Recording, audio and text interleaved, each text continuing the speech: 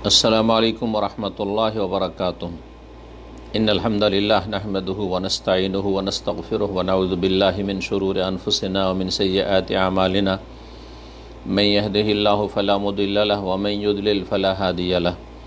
व अशहदु अल्ला इलाहा इल्लल्लाहु वहदहु ला शरीका लहु व अशहदु अन्ना मुहम्मदन अब्दुहु व रसूलुहु सल्लल्लाहु तआला अलैहि व अला आलिहि व सहबिहि व सल्लम तस्लीमन कसीरा। अम्मा बाद, फ़क़द क़ाल रसूलुल्लाह सल्लल्लाहु अलैहि वसल्लम मन रअा मिनकुम मुनकरन फ़लयुग़य्यिरहु बियदिहि फ़इन लम यस्तति फ़बिलिसानिहि व इन लम यस्तति फ़बिक़ल्बिहि। रवाहु मुस्लिम। সম্মানিত শ্রোতা দর্শক, আল্লাহ রাব্বুল আলামিনের যাবতীয় প্রশংসা যে মহান আল্লাহ রাব্বুল আলামিন হককে প্রতিষ্ঠিত করেন এবং বাতিলকে নিশ্চিহ্ন করেন। যখনই হক সত্য আগত হয় তখন বাতিল অবশ্যই সেখান থেকে পালাতে বাধ্য হয়।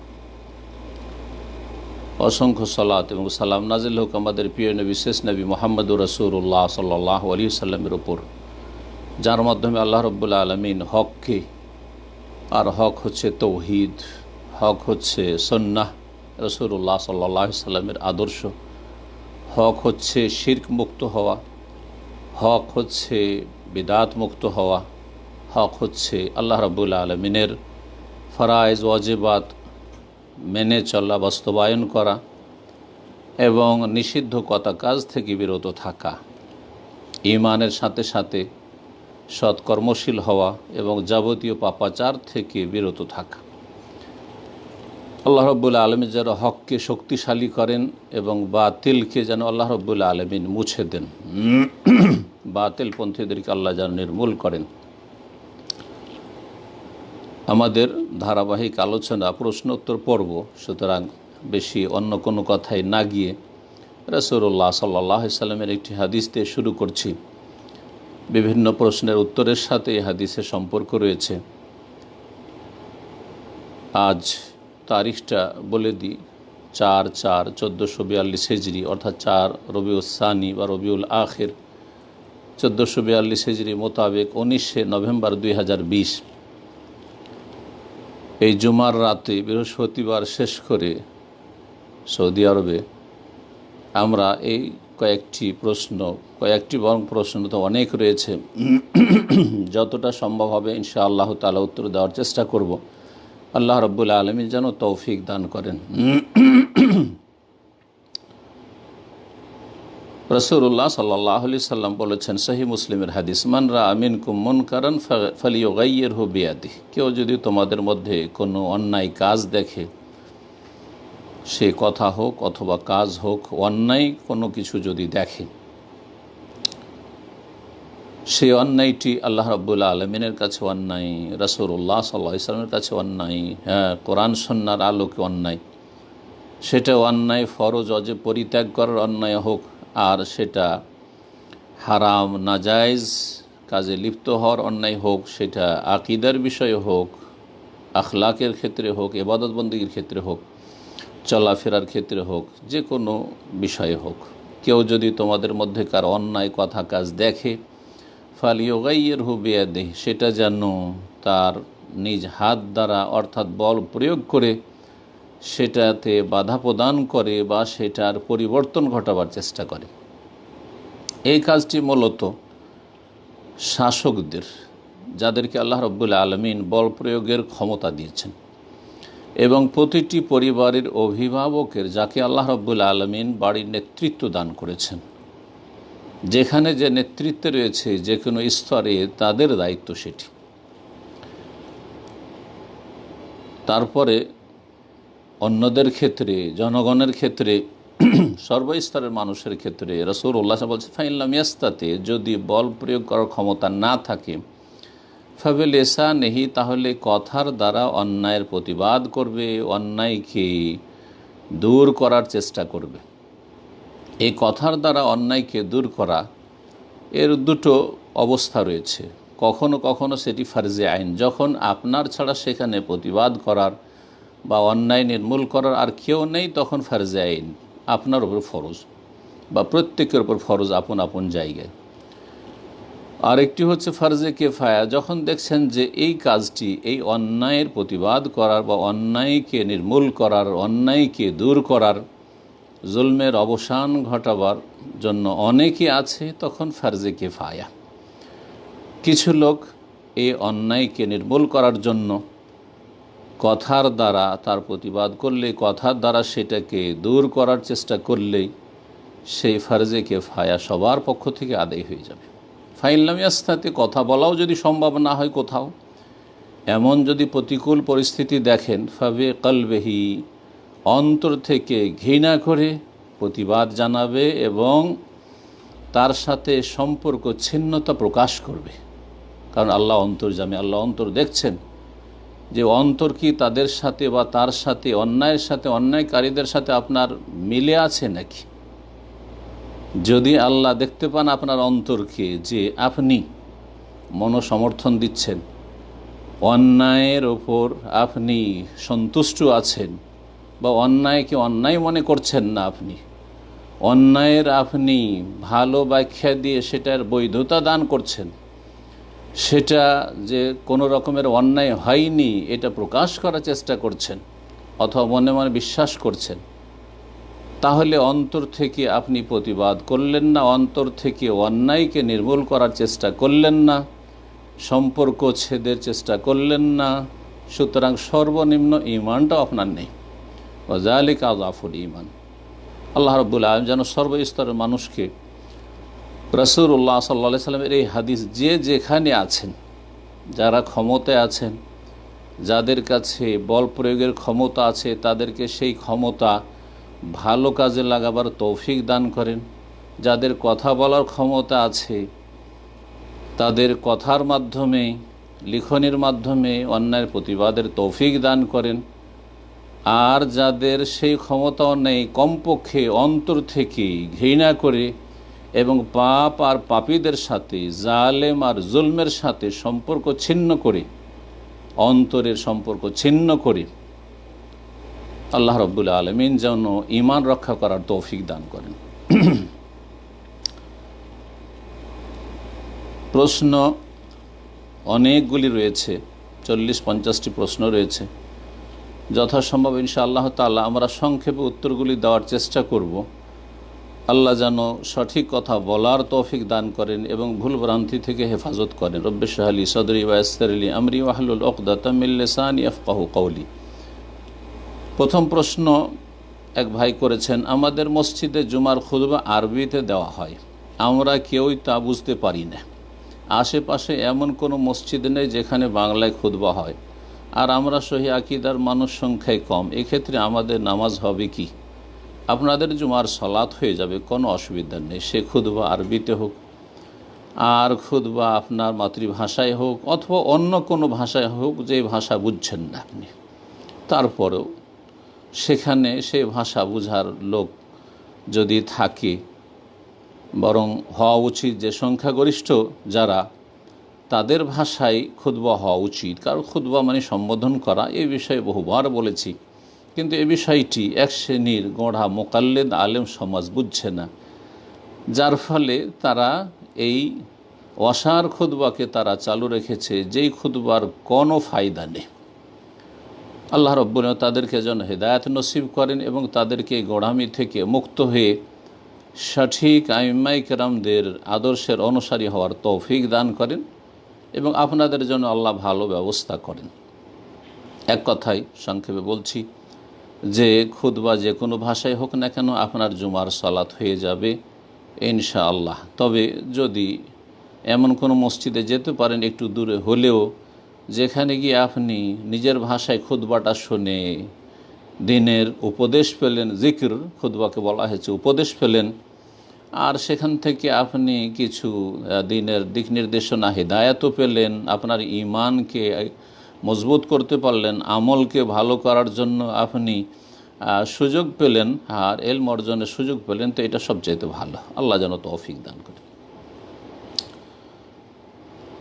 2 নম্বর প্রশ্ন বলছেন, আমার একটা প্রশ্ন, 2 দিন আগে লালমনিরহাটে একজন লোককে, তার মানে এই প্রশ্ন গত সপ্তাহে আমাদের কাছে এসেছিল বা তার আগের সপ্তাহে, কিন্তু আমরা কয়েক সপ্তাহ থেকে এত বেশি প্রশ্ন এসছে যে উত্তর দেওয়া সম্ভব হয়নি।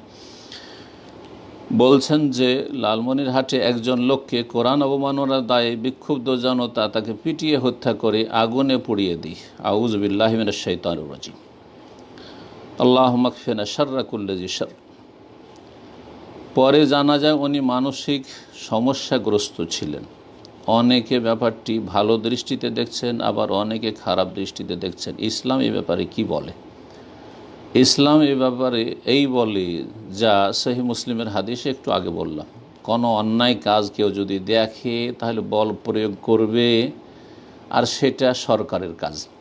সুতরাং ওকে শাস্তি দিতে হবে, ওকে অ্যারেস্ট করতে হবে, তারপরে তার তদন্ত চালাইতে হবে। সে যদি সত্যিকার অপরাধী হয় তাহলে তার অপরাধ অনুযায়ী তাকে শাস্তি দেবে। সেটা কেমন কোরআন এবং হাদিসের আলোকে শাস্তি হওয়া উচিত সেটা বিবেচনা করবে সরকার, এবং সরকারকে পরামর্শ দেবেন উলামায়ে কেরামগণ। জি, পক্ষান্তরে জনগণ আবেগে মানুষকে পিটিয়ে হত্যা করে দেবে, শুধু তাই নয় পুড়িয়ে দেবে। এটা এমন জঘন্য কাজ যে এরা মূলত খুনি। যারা এই অপরাধ করেছে তারা খুনি কোরআন এবং হাদিসের দৃষ্টিতে, এবং তারা এইভাবে যে খুন করেছে, চরম অন্যায় কাজ করেছে, তাদের শাস্তি হওয়া উচিত। এটা সরকারকে এটা গুরুত্বের সাথে দেখা উচিত। আল্লাহ রাব্বুল আলামিন যেন এই রকমের অপরাধ থেকে এবং সীমালঙ্ঘন থেকে জনগণকে, সর্বস্তরের মানুষকে যেন বাঁচিয়ে রাখেন, এবং মুসলিম সমাজে বিশেষ করে বাংলাভাষী সমাজে যে আবেগ বেশি কাজ করছে, দিনের জ্ঞান নেই, আল্লাহ রাব্বুল আলামিন এই জাতিকে যেন হিদায়াত নসিব করেন। জি, 3 নম্বর প্রশ্ন করেছেন আমি আনোয়ার ইসলাম ইন্ডিয়া থেকে। আমার প্রশ্ন হলো, কোনো মুসলিম রাজমিস্ত্রি মন্দির বানাতে পারে কি? সূরা মায়েদার আয়াত নম্বর 2 আল্লাহ রাব্বুল আলামিন ইরশাদ করেছেন, ওয়া তাআওয়ানু আলাল বিররি ওয়াত তাকওয়া, নেকির কাজে এবং আল্লাহ ভীরুতার কাজে তোমরা পরস্পর সহযোগিতা করো। ওয়ালা তাআওয়ানু আলাল ইসমি ওয়াল উদওয়ান, গুনহার কাজে আর সীমা লঙ্ঘনের কাজে তোমরা কেউ কাউকে সাহায্য করিও না। আর আপনি মন্দির তৈরি করে দেবেন, অথবা গির্জা তৈরি করে দেবেন, আপনি গুরুদুয়ারা তৈরি করে দেবেন, অথবা আপনি মাজার তৈরি করে দেবেন, শিরক বিদআতের আস্থানা তৈরি করে দেবেন, এটা হচ্ছে গুনহার কাজে, সীমা লঙ্ঘনের কাজে। আর শিরক কুফরির চাইতে বড় সীমা লঙ্ঘন আর কি হতে পারে? সহযোগিতা। সুতরাং তাতে আপনি অংশ রাখলেন, আপনি সেই অংশ নিয়ে আল্লাহ রাব্বুল আলামিনের কাছে হাজির হবেন যদি আপনি শিরক বিদআত কুফরির কাজে আর ইসলাম বিরোধিতার কাজে যদি কারোর সাথে সহযোগিতা করেন, যদিও সেটা পারিশ্রমিক নিয়ে হোক না কেন। আল্লাহ রাব্বুল আলামিন যেন বুঝার তৌফিক দান করেন এবং এই সমস্ত হারাম রিজিক থেকে এবং গুমরাহি থেকে মুসলিম জাতিকে বেঁচে থাকার তৌফিক দান করেন, তার আগে দ্বীনের সঠিক জ্ঞান দান করেন। 4 নম্বর প্রশ্ন বলছেন, নিয়ামুল কোরআন বইটিতে যেসব আমলের কথা বলা হয়েছে সেগুলি কি করা যাবে? নিয়ামুল কোরআন বইটি শিরক কুফরিতে ভরা। এগুলো হচ্ছে আমাদের বাঙালি জাতির ধর্মীয় বই পুস্তক, যা বিবাহ শাদীতে পাত্রীকে গিফট দেওয়া হয়ে থাকে। আউযু বিল্লাহ। এই জন্যই জাতি হিদায়াত থেকে আর তৌহিদ সুন্নাত থেকে এত দূরে আর শিরক বিদআতে ডুবে আছে, আর শিরক বিদআতে ধর্মকেই ধর্ম মনে করছে। তাতে যেমন জিন, জিনের আমল, গুপ্তধন খোঁজার আমল, স্বামী বা স্ত্রীকে বশে করার আমল ইত্যাদি সমস্ত শিরকি কুফরি কাজ, এগুলির অস্তিত্ব কোথাও কোরআন সুন্নাতে নেই। আল্লাহ রাব্বুল আলামিন যেন হেদায়েতের পথে চলার এবং হেদায়েতকে শিখার, জানার তৌফিক দান করেন। আর যদি এই আমল করা জায়েজ না হয় তাহলে কোরআন এবং হাদিসের আলোকে তার কারণগুলো কি দয়া করে বলবেন। এই জন্য যে তাতে শিরকি কুফরি রয়েছে এই কিতাবগুলিতে, মকসুদুল মোমেনিনে, তারপর এইরকমই সোলেমানি নকশাই, আমালে কোরআনি, থানভী সাহেবের, এইগুলিতে শিরক বিদআত ভরা রয়েছে। সর্বনিম্ন বিদআত আর শিরক কুফরি। চেহেল কাপ 40 কাপের জিনদের নাম দিয়ে ফরিয়াদ করা হয়েছে। আল্লাহ রাব্বুল আলামিন এই সমস্ত গুমরাহি থেকে মুসলিম জাতিকে যেন বাঁচিয়ে রাখেন। 5 নম্বর প্রশ্ন, সালাতের কতটুকু সামনে দিয়ে যাওয়া যাবে? সুতরাং বলছেন যে সলাতের কতটুকু সামনে দিয়ে যাওয়া যাবে, সূত্রা দেওয়ার বিধান কতটুকু জায়েজ, যতটুকু আমার সেজদার জায়গা ততটুকু কি, নাকি 3 কাতার পার হয়ে যেতে হবে, বিস্তারিত জানানোর জন্য অনুরোধ করছি। এই মর্মে উলামায়ে কেরামরা দুটি হাদিসকে সামনে রেখেছেন, আর এই বিষয়ে উলামায়ে কেরামদের সামান্য মত পার্থক্য রয়েছে। একদল বলছেন যে মুসল্লি যখন সালাত আদায় করে, প্রথম কথা মুসল্লির জন্য সুন্নত হচ্ছে যে সুতরা সামনে করে সালাত আদায় করবে, সেটা মসজিদের ভিতরে হোক আর বাইরে হোক, যে কোনো জায়গায় হোক না কেন। আর এইভাবে আমাদের সমাজে যে ছড়িয়ে ছিটিয়ে যেখানে সেখানে সুন্নত পড়া, আসলে এটা সুন্নতের খেলাফ কাজ। আপনি কোনো জায়গায় পিলার সামনে করে কমপক্ষে একটা মুসল্লি বসে আছে, মুসল্লিকে সামনে সেটিকে সূত্রা মনে করে আপনি পিছনে শুরু করেন, অথবা কোরআন কারীমের সেলফ রাখা আছে যেমন আরব দেশগুলিতে, এইরকম জায়গায়। কিন্তু যেখানে সেখানে এই সালাত শুরু করে দেওয়া, আসলে এটি সুন্নতের খেলাফ কাজ। সুন্নত হচ্ছে সূত্রা দিয়ে সালাত পড়বেন। আর যদি কেউ সূত্রাবিহীন সালাত আদায় করে, তাহলে কত দূর সামনে দিয়ে অতিক্রম করতে পারবেন? এই মর্মে একদল উলামায়ে কেরাম বলছেন যে 3 হাত, মুসল্লির 2 পা যেখানে আছে, যেখানে দাঁড়িয়ে আছে মুসল্লি, সেখান থেকে শুরু করে 3 হাত দূরত্ব দিয়ে আপনি যেতে পারবেন। দলিল সহিহ বুখারী 506 নম্বর হাদিস, আব্দুল্লাহ বিন উমর রাদিয়াল্লাহু তাআলা আনহু হতে বর্ণিত, বলছেন কানা ইযা দাখালাল কাবাতা, রাসূলুল্লাহ সাল্লাল্লাহু আলাইহি ওয়াসাল্লাম যখন কাবায় প্রবেশ করেছেন, মাশা কিবালা ওয়াজহিহি হিনা ইয়াদখুল, প্রবেশ করে সামনের দিকে এগিয়ে গেছেন, ওয়াজআল আল বাবা কিবালা জাহরিহি, আর দরজাটিকে পিঠের দিকে করেছে, ফামাশা হাত্তা ইয়াকুনু বাইনাহু বাইনাল জিদারি আল্লাযী কিবালা ওয়াজহিহি কারীবাম মিন সালাসাতি আযরু, তারপরে সামনের দিকে যে দেয়ালটি রয়েছে সে দেয়ালটি নিজের সলাতের জায়গা থেকে, যেখানে দাঁড়িয়েছেন রাসূলুল্লাহ, সেখান থেকে 3 হাত দূরে রেখেছেন। তারপরে সালাত আদায় করেছেন। ইয়াতাওয়াখাল মাকান আল্লাযী আখবারাহু বিলাল, বেলাল রাদিয়াল্লাহু যেই জায়গা সম্পর্কে বলেছে এই জায়গায় রাসূলুল্লাহ সাল্লাল্লাহু আলাইহি ওয়াসাল্লাম দাঁড়িয়ে সালাত আদায় করেছিলেন, সেই জায়গার উদ্দেশ্য করে আব্দুল্লাহ বিন উমর রাদিয়াল্লাহু তাআলা আনহুমা নিজেও আমল করতেন যে আন্না নবী সাল্লাল্লাহু আলাইহি ওয়াসাল্লাম ফিহি, নবী সাল্লাল্লাহু আলাইহি ওয়াসাল্লাম সালাত আদায় করেছেন। নবী সাল্লাল্লাহু যেই জায়গায় সালাত আদায় করেছেন সেটি দেয়াল থেকে, কাবার ভিতরে ঢুকে 3 হাত দূরত্বে ছিল নবী সাল্লাল্লাহু আলাইহি ওয়াসাল্লামের দাঁড়াবার স্থান। ওই জায়গায় আব্দুল্লাহ বিন উমর রাদিয়াল্লাহু তাআলা আনহুমা যখনই প্রবেশ করতেন কাবার ভিতরে, তখন সেখানে দাঁড়িয়ে সালাত আদায় করতেন। তাহলে এই হাদিস থেকে বোঝা গেল যে 3 হাত আপনার পায়ের জায়গা থেকে। সুতরাং এটি হচ্ছে সুন্নাত, এটি হচ্ছে সুন্নাত। এটাই অধিকাংশ উলামায়ে কেরামদের মত। তবে আরেক দল বলছেন যে মুসল্লির যে সেজদার স্থান, এই সেজদার স্থান যেখানে সেজদা করবে সেজদার অবস্থায়, সেখান থেকে আপনি এতটা দূরত্ব দিয়ে যেতে পারবেন যে মাঝখান দিয়ে একটা ছাগল অতিক্রম করতে পারে, মামার রুশা। এই মর্মে সহিহ বুখারীতে 474 নম্বর হাদিস রয়েছে, মুসলিমে রয়েছে 508 নম্বর হাদিস। সাহল বিন সাদ রাদিয়াল্লাহু তাআলা আনহু হতে বর্ণিত, বলছেন যে নবী করিম সাল্লাল্লাহু আলাইহি ওয়াসাল্লাম সম্পর্কে কানা বাইনা মুসাল্লা রাসূলিল্লাহ সাল্লাল্লাহু আলাইহি ওয়াসাল্লাম ওয়া বাইনাল জিদার মামার রুশা, রাসূলুল্লাহ সাল্লাল্লাহু আলাইহি ওয়াসাল্লাম এবং রাসূলুল্লাহ সাল্লাল্লাহু আলাইহি ওয়াসাল্লামের যে মুসাল্লা মানে সালাতের স্থান আর দেয়ালের মাঝখানে কতটা দূরত্ব থাকতো, মামার রুশা একটা বকরি ছাগল পার হইতে পারবে এতটা ব্যবধান থাকতো বা এতটা জায়গা থাকতো।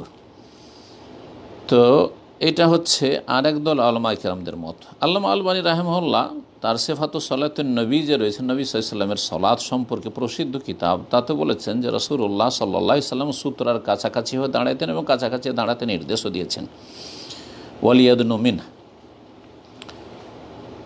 আর রাসূলুল্লাহ সাল্লাল্লাহু আলাইহি ওয়াসাল্লামের যে কদম মোবারক যেখানে পা রেখে দাঁড়াতেন, সেখান থেকে সূত্রা পর্যন্ত 3 হাত থাকতো।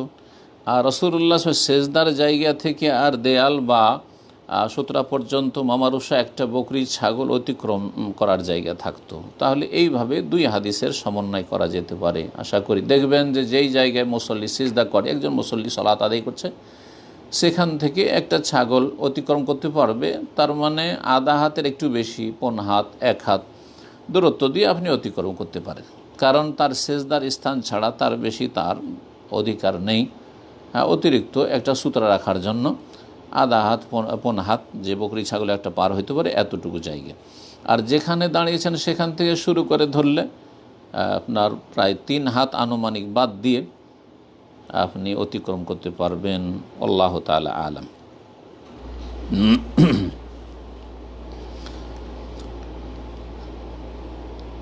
6 নম্বর প্রশ্ন করেছে, যদি কেউ বিনা ওযুতে নামাজ পড়ে, মাগরিবের আর এশার সময় মনে পড়ে, তাহলে কি করবে? জি, বিনা ওযুতে সালাত হবে না। যদি কারো ওযু না থাকে, সালাত শুদ্ধই হয়নি, সালাত শুধু কবুল হয় না, শুদ্ধই হয়নি, সুতরাং পুনরায় তাকে সালাত আদায় করবে। 100বার যদি কেউ আদায় করে বিনা ওযুতে সালাত, ইচ্ছা করে হোক অথবা ভুলে হোক, সালাত হবে না। সহিহ মুসলিমের হাদিস, রাসূলুল্লাহ বলেছেন, লা ইয়াকবালুল্লাহু সালাতা আহাদিকুম ইযা আহাদাসা হাত্তা ইয়াতাওয়াদ্দা। আল্লাহ তোমাদের কারো সালাত অতক্ষণ কবুল করবেন না যখন ইযা আহাদাসা, যদি উযু না থাকে, উযু ভঙ্গ হয়ে যায় বা উযু না থাকে, হাত্তা ইয়াতাওয়াদ্দা, যতক্ষণ পর্যন্ত উযু না করে নেবে। সহিহ সুনানে তিরমিজির হাদিস, হাদিসটিও সহিহ, প্রথম হাদিস সুনানে তিরমিজির। এই দিয়ে ইমাম তিরমিজি তার কিতাবুত তাহারা প্রথম হাদিস শুরু করেছেন সুনানে তিরমিজি। বলছে, লা তুকবালু সালাতুন বিগাইরি তুহুরিন, বিনা পবিত্রতায় কোনো সালাত কবুল হয় না। ওয়ালা সাদাকাতু মিন গুলুল, আর খেয়ানত করে হারাম সম্পদ দিয়ে সাদাকা সহি শুদ্ধ হয় না। সুতরাং পুনরায় উযু করে যেই সালাতটি আপনি বিনা উযুতে পড়েছেন ভুলবশত, সেই সালাত আবার আদায় করবেন।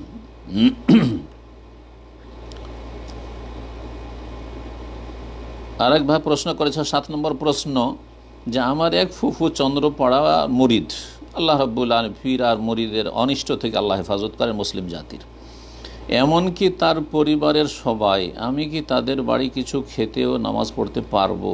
খেতে অসুবিধা নেই, রাসূলুল্লাহ ইহুদির বাড়ি খেয়েছেন, সুতরাং যারা পীর পূজারী, মাজার পূজারী, তার আত্মীয় স্বজন, তাদের বাড়ি প্রয়োজনে খেতে পারবেন, হালাল খাবার হইলেই হইল। তাদের মাজারের উদ্দেশ্যে উৎসর্গ করা কিছু যদি থাকে, খাসি, মোরগ ইত্যাদি, তাহলে সেগুলি খাবেন না। আর তাদের বাড়িতে নামাজ পড়তে পারবো? হ্যাঁ, না, সালাত পড়তে পারবেন, কারণ তাদের জায়গা তো পাক পবিত্র। সামনে আপনার শিরক কুফর কোনো কিছু যদি না থাকে তো অসুবিধা নেই, কবর নেই সামনে, বা সেই ঘরে কবর নেই, কোনো অসুবিধা নেই, সালাত আদায় করতে পারবেন ইনশাআল্লাহ। 8 নম্বর প্রশ্ন করেছেন, আমি আসরের 4 রাকাত নামাজ পড়ার সময় শেষ রাকাতে না বসে দাঁড়িয়ে গেছি, এখন আমার কি করণীয়? আসরের সালাত হচ্ছে 4 রাকাত, সুতরাং আপনি যখন 5ম রাকাতের উদ্দেশ্যে দাঁড়িয়ে গেছেন আর 5 রাকাত কোনো সালাত নেই এই রকম, সুতরাং আপনার যখন স্মরণ হয়েছে অবশ্যই ফিরে যাবেন, অবশ্যই, যদিও পুরো উঠে গেছেন আবার ফিরে যাবেন, ফিরে গিয়ে আপনি বসে আপনি তাশাহুদ পড়ে সালাত কমপ্লিট করবেন। 9 নম্বর প্রশ্ন, আমি যদি কাউকে ইমো অথবা ফেসবুক অ্যাকাউন্ট খুলে দিই, তাহলে উনি যদি সেই ইমো অথবা ফেসবুক দিয়ে অশ্লীল বা জেনার কার্য চলমান রাখে, আমি কি তাতে পাপের ভাগীদার হব? এই রকম কাজগুলি হচ্ছে ঠিক ওই রকম যে কোনো ব্যক্তি যদি ডাকাতের হাতে বা খনির হাতে অস্ত্র দেয়, চাকু দিয়ে দেয়, বা তাকে চাকু কিনে দেয়, অস্ত্র কিনে দেয়, আর সে অস্ত্র সে ডাকাতির কাজে ব্যবহার করবে, আপনি খুব ভালো করে বুঝতে পারছেন, তাহলে হারাম অবশ্যই। ঠিক তেমনই আপনি যার ইমো অথবা ফেসবুক খুলে দিচ্ছেন, সেই ব্যক্তি যদি অসৎ লোক হয়, পাপী লোক হয়, জানছেন যে ওর চরিত্র খারাপ, এই ফেসবুকে অশ্লীল কাজ করবে বা অশ্লীল দেখবে, বা ইমোতে সে অশ্লীলতা ছড়াবে বা অশ্লীলতায় অংশ নেবে, তাহলে তাদের এই রকম কোনো কাজে সহযোগিতা করবেন না। যেমন চোর ডাকাতের সহযোগিতা করবেন না চুরি ডাকাতির সাজ সরঞ্জামের জন্য। কিন্তু সাধারণ মানুষ যদি আপনাকে বলে যে ভাই হাটে যাচ্ছেন, বাজারে যাচ্ছেন, আমার জন্য একটা চাকু কিনে নিয়ে আসেন, তো অসুবিধা নেই। ঠিক তেমনই যদি ভালো মানুষ সমাজে আর আপনাকে বলে যে আমার ইমোটা খুলে দেন তো, ফেসবুক খুলে দেন তো, আমি তো এগুলো বুঝি না, তাহলে কোনো অসুবিধা নেই। তারপরে সে যদি গোপনে লুকিয়ে কিছু পাপ করে, তাহলে তার জন্য আপনি দায়ী নন। আল্লাহ তাআলা আলাম।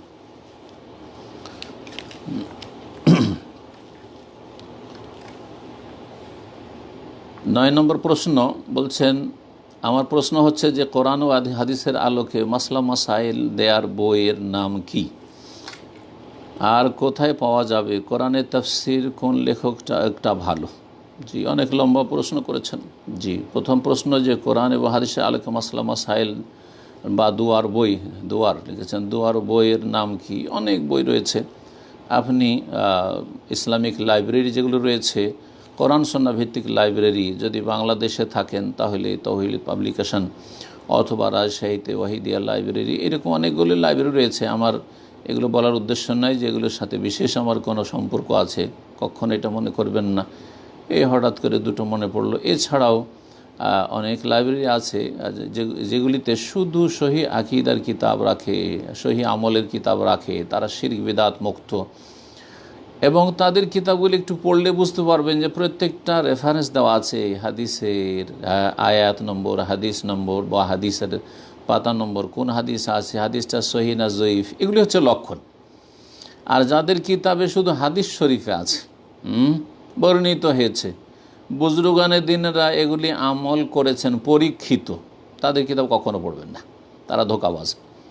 তারা আমাদের জনগণের ঈমান হরণ করেছে, আল্লাহ হেফাজত করুক। জি, তো এইরকম ভালো কিতাব নেবেন। আমার একটি দুয়ার বই আলহামদুলিল্লাহ ছেপেছে বাংলাদেশ থেকে, দোয়াই তো এবাদত বা দোয়াই এবাদতের মূল, গুরুত্বপূর্ণ দোয়ার উপর। আর যদি আপনি সালাত আর সমস্ত মাসলা মাসাইল আপনি জেনে নেবেন একটি কিতাবে, সাধারণত এটা সম্ভব নয়। সালাতের ওপর আল্লামা আলবানী রাহমাহুল্লাহর কিতাব রয়েছে, রাসূলুল্লাহ সাল্লাল্লাহু আলাইহি ওয়াসাল্লামের সালাতের পদ্ধতি। এছাড়াও অনেকগুলি সালাতের কিতাব রয়েছে কোরআন সুন্নাহ ভিত্তিক। সংক্ষেপে ছোট্ট যদি কিতাব হয়, আরব দেশে থাকেন তো শেখ ইবনে বাজ রহমতুল্লাহ আলাইহির কিতাব রয়েছে কাইফিয়াতুস সালাতুন নবী, নবী সাল্লাল্লাহু আলাইহি ওয়াসাল্লামের সালাতের পদ্ধতি, যেটি আমি অনুবাদ করেছি এবং ইসলামী সেন্টারগুলি থেকে প্রায় সৌদি আরবের শহর থেকে আলহামদুলিল্লাহ ছেপেছে, লক্ষ লক্ষ কপি ছেপেছে। এই বইগুলি পড়ার চেষ্টা করবেন। জি, আর তারপর কোরআনের তাফসির কোন লেখকটা ভালো। কোরআনের তাফসির হয় আহসানুল বায়ান পড়বেন, আর না হইলে যেই তাফসিরটি সৌদি আরব থেকে সর্বশেষ ছাপানো হয়েছে ডক্টর আবু বকর জাকারিয়ার তাফসির, হাফিজাহুল্লাহ তাআলা ওয়া হাফিজাল্লাহুল জমি আল মুসলিমিন, এই তাফসিরটি সংগ্রহ করতে পারেন। এগুলিতে আকিদাগত সমস্যা নেই, আকিদাগত সমস্যা ইনশাআল্লাহ তাআলা নেই। তাফসির যদি বিস্তারিত পড়েন, তাফসির ইবনে কাসির পড়বেন ডক্টর মুজিবুর রহমানের। এছাড়া সংক্ষিপ্ত অনুবাদও ওনার রয়েছে। এছাড়া তাইসিরুল কোরআন একটি অনুবাদ রয়েছে, সেই অনুবাদটাও পড়তে পারেন।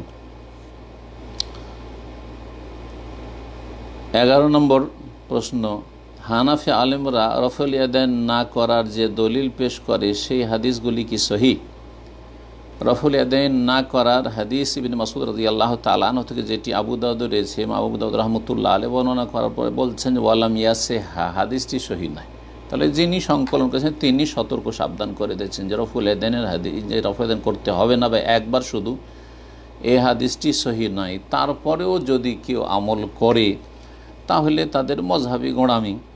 পক্ষান্তরে শত শত হাদিস রয়েছে রফুল ইয়াদাইনের, যে রাসূলুল্লাহ সাল্লাল্লাহু আলাইহি ওয়াসাল্লাম 4 জায়গায় সালাতে রফুল ইয়াদাইন করেছেন, তাকবীরে তাহরিমার সময়, রুকুতে যাওয়ার সময়, রুকু থেকে ওঠার সময়, আর 2 তাশাহুদ বিশিষ্ট সালাতে প্রথম তাশাহুদ থেকে ওঠার সময়। সুতরাং এগুলি হচ্ছে সুন্নাত, বরং সুন্নাতে মুতাওয়াতিরা, এর উপর আমল করেন। বড় বড় হানাফি মুহাদ্দিসরা এটাকে মেনেছেন।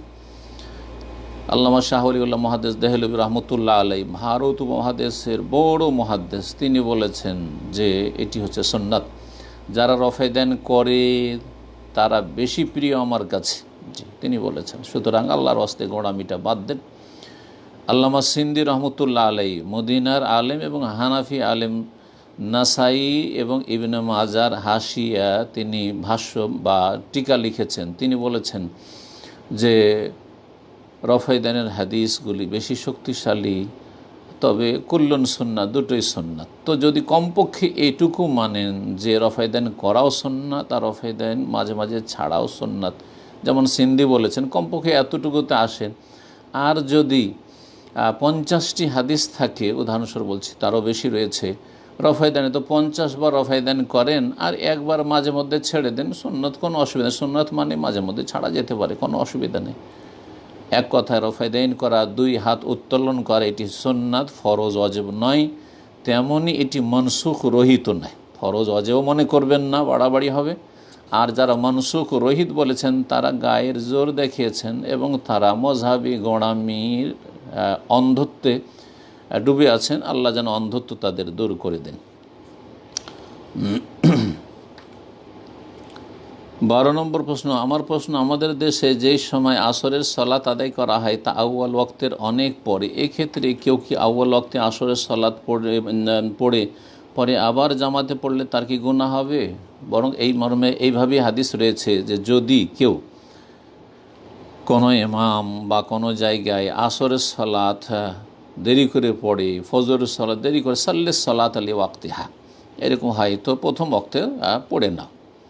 আর তারপরে তাদেরকে যদি পাও যে তারা সালাত আদায় করছে তো তাদের সাথে সালাত পড়ে নাও। দ্বিতীয়টি তোমার কুনলাকা নাফেলা, নফল হয়ে যাবে, নফল হয়ে যাবে। সুতরাং এটাই করবেন যাতে করে আউয়াল ওয়াক্তের ফজিলতটাও পেয়ে যান আর জামাতের ফজিলত পেয়ে যান।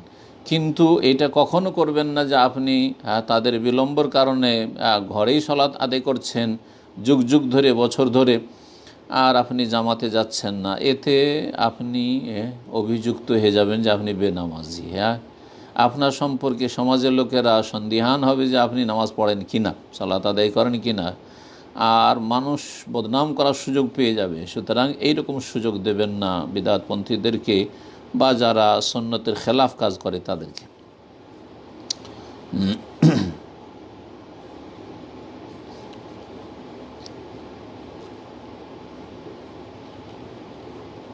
13 নম্বর প্রশ্ন। আমাদের পুরো এলাকায় একটি সহি আকীদার মসজিদ নেই, আল্লাহ যেন সহজ করে দেন। তারা কোনো অক্ত নামাজই আউয়াল অক্ত পড়ে না, তাই আমি বেশিরভাগ নামাজই আমার ছোট ভাইয়ের সাথে ঘরে জামাত করে পড়ে ফেলি। এক্ষেত্রে আমার জামাতের হক আদায় হবে কিনা এবং আমি মুনাফিকের তালিকাভুক্ত হব না তো? সবসময় এরকম ঘরে জামাত করবেন স্বাভাবিক অবস্থায় এমনটা ঠিক হবে না। পুরুষদেরকে জামাতে সালাত আদায় করতে হবে এবং মসজিদে যেতে যদি শরীয়তের দৃষ্টিতে বাধা না থাকে মসজিদে গিয়ে জামাত করতে হবে। হ্যাঁ, ওয়ারকাউ মার রাকিন। আর তারা কোনো বড় শিরকে যদি লিপ্ত না থাকে অবশ্যই তাদের ইক্তেদা সহি, সুতরাং তাদের পিছনে গিয়ে সালাত আদায় করবেন। আউয়াল ওয়াক্তে যেমনটা বললাম এর আগের আপনার প্রশ্নের উত্তরে, যে আউয়াল ওয়াক্তে বাসায় পড়েন না আর তারপরে মসজিদে গিয়ে তাদের সাথেও জামাতের শরীক হয়ে যান যাতে জামাতের ফজিলতটাও পেয়ে যান। আর আপনি কন্টিনিউ আপনি বাসাতে নামাজ পড়ে নেবেন আপনার ভাইকে নিয়ে, অথচ মসজিদের আজান শুনতে পাচ্ছেন না, এটা মোটেই জায়েজ হবে না। আর এইভাবে করাটা ঠিক হবে না, এইভাবে করা ঠিক হবে না, কারণ জামাত সহকারে সালাত আদায় করা ফরজ ওয়াজিব। আর আপনি মুনাফিকি থেকে নিরাপদ থাকবেন না, আল্লাহ যেন হেফাজত করেন। আর যদি দেখেন যে এর চাইতে ভালো, সেখান থেকে অন্য জায়গায় হিজরত করে এমন জায়গায় আপনি ঘর বাঁধলেন যেখানে আপনি সহি শুদ্ধ সালাত আদায় করতে পারবেন, যথাসময়ে আপনি সুন্নত মোতাবেক সময়ের খেয়াল রেখে সালাত আদায় করতে পারবেন, আলহামদুলিল্লাহ, হিজরতের রাস্তা খোলা আছে। একই দেশে হিজরতের রাস্তা খোলা আছে, কেন হিজরত করবেন না? হিজরত করেন নিজের দিনের হেফাজতের জন্য, আকীদার হেফাজতের জন্য, আপনার সালাত গুরুত্বপূর্ণ একটি তার হেফাজতের জন্য। বহু সুন্নত আদায় করতে দেবেন না এবং বিদাত করতে তারা বাধ্য করবে, সম্মিলিত মোনাজাত করতে বাধ্য করবে। কেন তাদের বিদাতে আপনি অংশ নিতে যাবেন? আল্লাহ যেন হেফাজত করেন এবং আল্লাহ ভালো যেন করেন। 14 নম্বর প্রশ্ন। নামাজের ভিতরে একই দোয়া 3 বার করে করা কি উত্তম? জি, যেই দোয়াগুলি সুন্নতি দোয়া সেই দোয়াগুলি 3 বার করে, 3 তসবিহ তো কমপক্ষে 3 বার করে করবেন, এটা উত্তম বা সুন্নাত। সুবহান রাব্বিয়াল আযীম, সুবহান রাব্বিয়াল আলা। এছাড়া আপনি ধরেন যে কোনো দোয়া যদি করতে চান সেই দোয়াগুলি, যেমন সেজদায় দোয়া করছেন আপনি তসবিহ পড়ার পরে, যদি 3 বার করে করেন তো ভালো। রব্বানা আতিনা ফিদ দুনিয়া হাসানা ওয়া ফিল আখিরাতি হাসানা ওয়া কিনা আযাবান। 3 বার করে যা দা সালাসান, রাসূলুল্লাহ যখন দোয়া করতেন তো 3 বারে করে করতেন। তার মানে সব সময় নয়, কিন্তু অধিকাংশ সময় এমনটাই করতেন। এটা ভালো করবেন, কিন্তু এর মানে এই নয় যে যেগুলি অন্যান্য ফরজ যে দোয়াগুলি যেমন আত্তাহিয়াত তাশাহুদ আপনি 3 বার পড়বেন না, বিদআত। আপনি দুরুদে ইব্রাহিমী 3 বার পড়বেন না, বিদাত। সূরা ফাতিহাও তো দোয়া, তো সূরা ফাতিহা 3 বার পড়বেন তো বিদাত, এটা জায়েজ নয়। তো এই বিষয়গুলো অবশ্যই বুঝতে হবে। আল্লাহ যেন তৌফিক দান করেন। 2 সিজদার মাঝখানে রব্বিক ফিলি রব্বিক ফিলি রব্বিক ফিলি 3 বার, এটা ঠিক আছে, কিন্তু আপনি আল্লাহুম্মা গফিরলি ওয়ারহামনি ওয়াহদিনি ওয়াআফিনি ওয়ারযুকনি পড়বেন, 3 বার পড়বেন না, এরকমটা করবেন না, কারণ এইভাবে হাদিসে নেই। এক কথায় যে বিশেষ বিশেষ দোয়াগুলি রাসূলুল্লাহ সাল্লাল্লাহু আলাইহি ওয়াসাল্লাম পড়েছেন আর একবার পড়েছেন, আপনি একবারই পড়বেন, যার উদাহরণ দিলাম। আর যদি আপনি নফল কিছু দোয়া করেন, যেমন সালাম ফেরার আগেখানে, তাহলে 3 বার করে দোয়া করতে পারেন, কোনো অসুবিধা। আল্লাহুম্মা আজিরনি মিনান নার, আল্লাহুম্মা আজিরনি মিনান নার, আল্লাহুম্মা ইন্নী আউযু মিন আযাবিল কবরে, আল্লাহুম্মা ইন্নী আউযু মিন আযাবিল কবরে, অসুবিধা নেই, 3 বার করে করবেন। 15 নম্বর প্রশ্ন, একজন আমাদের ক্ষতি করে ও খুব হিংসা করে, এই অবস্থায় আমার করণীয় কি? আপনার করণীয় আল্লাহ রাব্বুল আলামিনের কাছে দোয়া করবেন, আল্লাহ যেন আপনার পরিবারের হেফাজত করেন, আর দোয়া করবেন আল্লাহ যেন তার শারকে, অনিষ্টকে তার দিকে ফিরিয়ে দেন, এবং তার অনিষ্ট থেকে আল্লাহ যেন আপনার হেফাজত করেন, আপনার পরিবারের হেফাজত করেন, এবং আল্লাহ যেন যথেষ্ট হন। এই মর্মে কোনো ব্যক্তিকে বা কোনো সম্প্রদায় বলে যদি আশঙ্কা হইতো, ক্ষতির আশঙ্কা, তো রাসূলুল্লাহ বলতে আল্লাহুম্মা ইন্না নাজআলুকা ফি নুহুরিহিম ওয়া নাউযু বিকা মিন শুরুরিহিম, আল্লাহুম্মা ইন্না নাজআলুকা ফি নুহুরিহিম ওয়া নাউযু বিকা মিন শুরুরিহিম, হে আল্লাহ, আমি তোমাকে প্রতিরক্ষার জন্য তাদের সামনে রাখছি, দুশ্মনদের, শত্রুদের, আর ওয়া নাউযু বিকা মিন শুরুরিহিম, তাদের অনিষ্ট থেকে আমি আশ্রয় কামনা করছি। এই রকমই আরেকটি দোয়া রয়েছে সহিহ মুসলিমে, যে ঘটনা রয়েছে সূরা বুরুজের তাফসিরে, আল্লাহুম্মা কফিনিহিম বিমা শিত, আল্লাহুম্মা কফিনিহিম বিমা শিত, আল্লাহ আমার জন্য তাদের অনিষ্ট থেকে রক্ষার জন্য তুমি যথেষ্ট হও, তাদের অনিষ্ট থেকে রক্ষার জন্য আমার জন্য যথেষ্ট। এটা সবচাইতে ভালো দোয়া। দুশ্মনের ধ্বংস হওয়ার দোয়ার চাইতে ভালো দোয়া হচ্ছে, এতে আপনার লাভ নেই। দুশ্মন যদি ধ্বংস হয়ে যায়, তো আপনার মনের জ্বালা একটু মিটলো, কিন্তু আপনার কি লাভ হলো? এটা খুব সূক্ষ্ম কথা। আল্লামা শেখ সাদ শাসরি হাফেজাহুল্লাহ তাআলা তার একটি আলোচনায় বলেছেন যে, দেখেন, দুশ্মন ধ্বংস হওয়ার দোয়া অনেকে আমরা আবেগে করে থাকি, এতে লাভ কি? বরং দুশ্মনের অনিষ্টকে যে ভয় করছেন, সে অনিষ্ট থেকে আল্লাহ যদি আপনাকে হেফাজতে রাখেন, এইটা সবচেয়ে ভালো আপনার জন্য। সেটা যেভাবে হোক না, আল্লাহ বেশি ভালো জানছেন যে কিভাবে আল্লাহ আপনার হেফাজত করবেন, কোনটা বেশি লাভজনক হবে। হতে পারে যে দুশ্মন আপনার বন্ধু হয়ে গেল, দোস্ত হয়ে গেল, যে আপনার সাথে চরম শত্রুতা করছিল, সেই ব্যক্তি হেদায়েত হয়ে দোস্ত হয়ে গেল। এতে হলো কি, সেও হেদায়েত হয়ে গেল, জাহান্নামের রাস্তাতে বেঁচে গেল, আর তার মাধ্যমে হয়তো আল্লাহ আপনার উপকার করলেন। যেমন রাসূলুল্লাহ সাল্লাল্লাহু আলাইহি ওয়াসাল্লামের অনেক সাহাবায়ে কেরামগণ, আবু সুফিয়ান দুশমন ছিলেন দীর্ঘদিন ধরে, খালিদ বিন ওয়ালিদ দুশমন ছিলেন উহুদের যুদ্ধে, তাদেরকে আল্লাহ হেদায়েত করে দিলেন। এইরকম বহু মানুষ রাসূলুল্লাহ সাল্লাল্লাহু আলাইহি ওয়াসাল্লামের জীবদ্দশায় যারা হেদায়েত হয়ে গেছে, এবং তাদের অনিষ্ট থেকে আল্লাহ রাসূলুল্লাহ সাল্লাল্লাহু আলাইহি ওয়াসাল্লাম সাহাবায়ে কেরামদেরকে, ইসলামকে রক্ষা করেছেন। তো এটা সবচেয়ে ভালো। তো আপনি এই দোয়াগুলি করবেন, বা নিজের ভাষা বলবেন, আল্লাহ তার অনিষ্ট থেকে আমাকে রক্ষা করো, তার অনিষ্ট তার দিকে ফিরিয়ে দাও, সে যেন আমার ক্ষতি না করতে পারে, তার ক্ষতি দিয়ে সে যেন ক্ষতিগ্রস্ত হয়। দোয়া করতে পারেন, কোনো অসুবিধা নেই। যদি আপনার খুব ভয় হয় কোনো জাতি, কোনো সম্প্রদায় বা কোনো ব্যক্তি সম্পর্কে, যে সে আমার ক্ষতি করার চেষ্টা করছে, আল্লাহ যেন হেফাজত করেন প্রত্যেক ভালো মানুষের।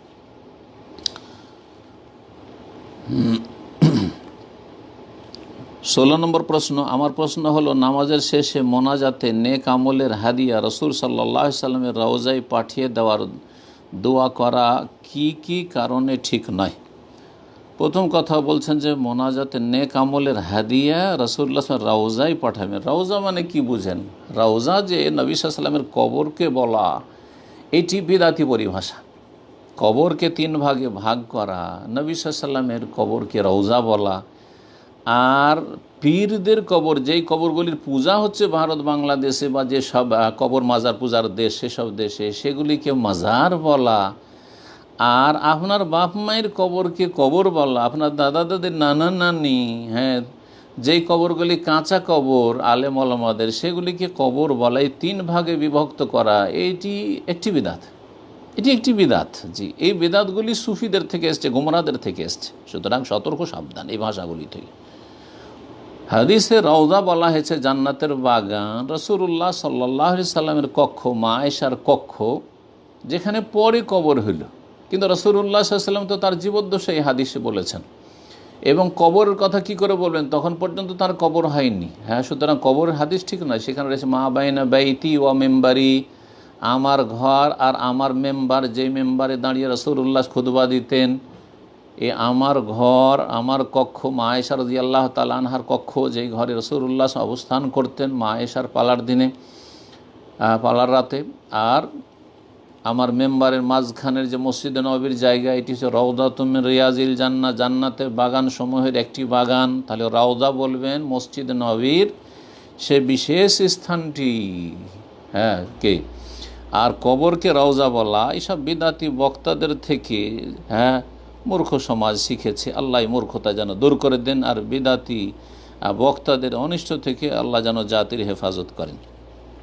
2 নম্বর কথা, আপনি মোনাজাত করে যত নেক আমল তার আগে করলেন তা রাসূলুল্লাহ সাল্লাল্লাহু আলাইহি ওয়াসাল্লামের রওজায় হাদিয়া পাঠিয়ে দিলেন। হাদিয়া মানে আপনি গিফট করে দিলেন, যে আল্লাহ যত আমল করলাম সবগুলি হাদিয়া করে দিলেন, নবী সাল্লাল্লাহু আলাইহি ওয়াসাল্লামকে দিয়ে দিলেন। জি, কি কারণে ঠিক নাই?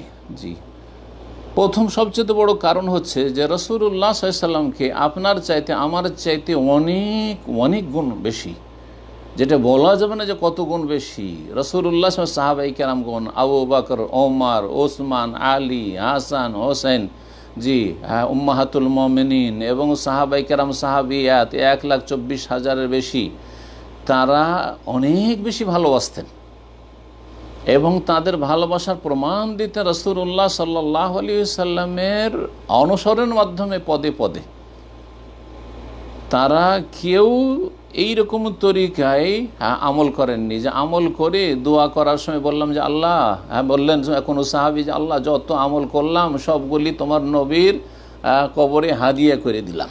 নবী সাল্লাল্লাহু ইন্তেকালের পরে করেননি, নবী সাল্লাল্লাহু জীবদ্দশা করেননি যে আল্লাহ যত আমল করলাম তোমার নবীকে হাদিয়া করে দিলাম, এই কথা কখনো বলেননি। তারপরে দেখুন তাবেইনরা কেউ করেননি। আরে 4 ইমাম, আপনার মযহাবের ইমাম আবু হানিফা, শাফি, মালিক, আহমদ, কোনো একটি কিতাব প্রমাণ করে দেন তো যে এই 4 জন ইমামের কোন ইমাম তারা আমল করে বলতেন যে আল্লাহ যত আমল করলাম সব হাদিয়া তোমার নবী পাকের রওজায় পৌঁছিয়ে দাও, এই কথা বলতেন। আর এগুলো তোমাদের দেশীয় বক্তাদের কাজ। জি হ্যাঁ, যাদের এলেম কালাম নেই তাদের কাজ, কিন্তু আবু হানিফা, শাফি, মালিক, আহমদের মযহাব নয় এগুলো। এগুলো মযহাবের নামে লামযহাবি কাজ। যারা মযহাব মানেন না, শুধু ইমামের দোহাই দিয়ে জীবনযাপন করে, ধর্মকর্ম করে, তারাই হয়েছে মযহাবি। না, তারা মযহাবি নয়, তারা জাল মযহাবি। আল্লাহ রাব্বুল আলামিন যেন হেফাজত করেন। জি, এখন খুব প্রয়োজন হয়ে গেছে যে সত্যিকার মযহাবের অনুসারী কে, সত্যিকার হানাফি কে, এই বিষয়টি আলোচনা করা অত্যন্ত জরুরি হয়ে গেছে। যেই ওয়াদা অনেক আগে করেছিলাম আর একবার আলোচনাও করেছিলাম, সেটা অডিওর যুগ ছিল। ইনশাআল্লাহ তাআলা আল্লাহ তৌফিক দিলে এর উপর আলোচনা করব। সত্যিকার হানাফি হওয়ার চেষ্টা করেন, সত্যিকার শাফি, মালিকি, হাম্বলি হওয়ার চেষ্টা করেন। সত্যিকারের হানাফি, শাফি, মালিকি, হাম্বলি সুফি হয় না, আশআরি হয় না, মাতুরিদি হয় না, আপনার দেওবন্দি, বেরেলভি হয় না, মওদুদিবাদী হয় না, ইখওয়ানি হয় না। তারা রাসূলুল্লাহ সাল্লাল্লাহু আলাইহি ওয়াসাল্লামের অনুসারী, সব ক্ষেত্রে মুহাম্মাদি, সব ক্ষেত্রে মুহাম্মাদি, কোরআন এবং হাদিসের অনুসারী হয়। আবু ইউসুফ মোহাম্মদ ওই রকমের খাঁটি হানাফি ছিলেন, ইমাম আবু হানিফা রাহিমাহুল্লাহ ওই রকমের খাঁটি হানাফি ছিলেন। সেই রকম খাঁটি হানাফি হওয়ার চেষ্টা করেন, আল্লাহ যেন তৌফিক দান করেন। তো সবচেয়ে বড় কারণ বললাম। আর তারপরে দ্বিতীয় কথা হচ্ছে যে আপনি আপনার আমলের নেকির বেশি মুখাপেক্ষী। আপনি বেতনটা নিয়ে এসে আমাকে পুরোটা যদি হাদিয়া করে দেন, অথচ আপনার স্ত্রী আছে, ছেলে মেয়ে আছে, আপনার নিজের পেট আছে, তা আপনি কি খাবেন? হ্যাঁ, অনাহারে মরবেন না? দেবেন? আছে কেউ এরকম পৃথিবীতে? তা দুনিয়ার ক্ষেত্রে, পয়সার ক্ষেত্রে নেই, কিন্তু নেকির ক্ষেত্রে এত জাহালাত, এত অজ্ঞতা যে আমি সব নেকিগুলি নবীকে হাদিয়া করে দিলাম, আপনার কাছে কি থাকলো? হ্যাঁ, আপনি খালি হাতে হাসরের মাঠে হাজির হবেন। এই ক্ষেত্রে বিদাতিরা আর একটা মন গড়া কথা আবিষ্কার করেছে, তাদের কাছ থেকে শুনেছি যে আমি যখন নবীকে দিয়ে দিলাম সব কিছু, তো আল্লাহ আমাকে ওর চাইতে বেশি দেবেন। এর দলিল কি? যে আপনি নবীকে দিয়ে দিলে আপনাকে ওর চাইতে বেশি আল্লাহ দেবেন, এর দলিলটা কি? একটা তো দলিল দিতে হবে, একটা আয়াত দেন, না একটা হাদিস দেন, কোথায় আছে? সুতরাং এইসব মূর্খতার পরিচয় দিয়ে ধর্মকর্ম করবেন না। এলেম শিখুন, আর এলেমের ভিত্তিতে, সঠিক এলেমের ভিত্তিতে আমল করুন। তারপরে আরেকটি কথা শুনে রাখেন যে রাসূলুল্লাহ সাল্লাল্লাহু আলাইহি ওয়াসাল্লাম আমার আপনার আমলের মুখাপেক্ষী নন। লিয়াগফির লাকাল্লাহু মা তাকাদ্দাম মিন যামবিকা ওয়া মা তাআখার। জি, আসা আইয়াবা আসাকা রব্বুকা মাকামাম মাহমুদা, তাকে আল্লাহ মাকাম মাহমুদে পৌঁছে দিয়েছেন প্রশংসিত জানে। আতে মোহাম্মদিন ওয়াসিলা তো আল ফাজিলা, ওয়াসিলা সর্বোচ্চ স্থানে আল্লাহর জান্নাতে পৌঁছে দেবেন। জি, এবং সবচেয়ে বড় স্থান তার জন্য রয়েছে। সর্বপ্রথম তার জন্য জান্নাতের দরজা খোলা হবে। আপনার আমার আমলের তিনি মুখাপেক্ষী নন, মুহতাজ নন যে তাকে আমল দেবেন, আপনি সব হাদিয়া করবেন। তারপর আরেকটি কথা শুনে রাখেন যে রাসূলুল্লাহ সাল্লাল্লাহু আলাইহি সাল্লাম এমনিতে আমাদের আমলে আমরা যতটা নেকি পাই ততটা তিনি এমনিতে নেকি পান। কেন?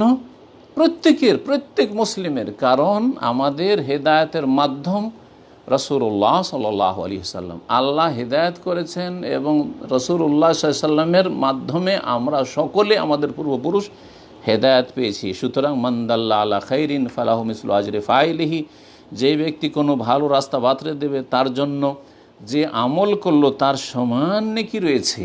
রাসূলুল্লাহ সাল্লাল্লাহু আলাইহি সাল্লামের মাধ্যমে যেহেতু প্রতিটি মুসলিম হেদায়েত হয়েছে যুগে যুগে, সুতরাং সমান নেকি রাসূলুল্লাহ সাল্লাল্লাহু আলাইহি সাল্লাম এমনিতেই পেতে আছেন। সুতরাং এইরকম বেদাতি কাজ করে হাসরের মাঠে আক্ষেপ করবেন না।